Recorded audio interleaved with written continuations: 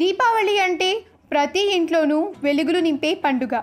చెడుపై మంచి సాధించిన విజయానికి గుర్తుగా జరుపుకునే పండుగ. ఇంట్లోకి నూతన వెలుగులు తీసుకొచ్చే మహత్తరమైన పండుగ.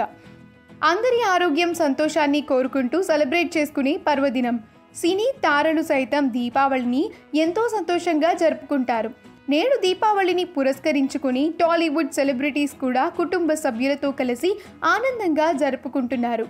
చిరంజీవి చిన్న కూతురైన శ్రీజ కొణిదెల కూడా ఫ్యామిలీతో దివాళీని సెలబ్రేట్ చేసుకుంటున్నారు.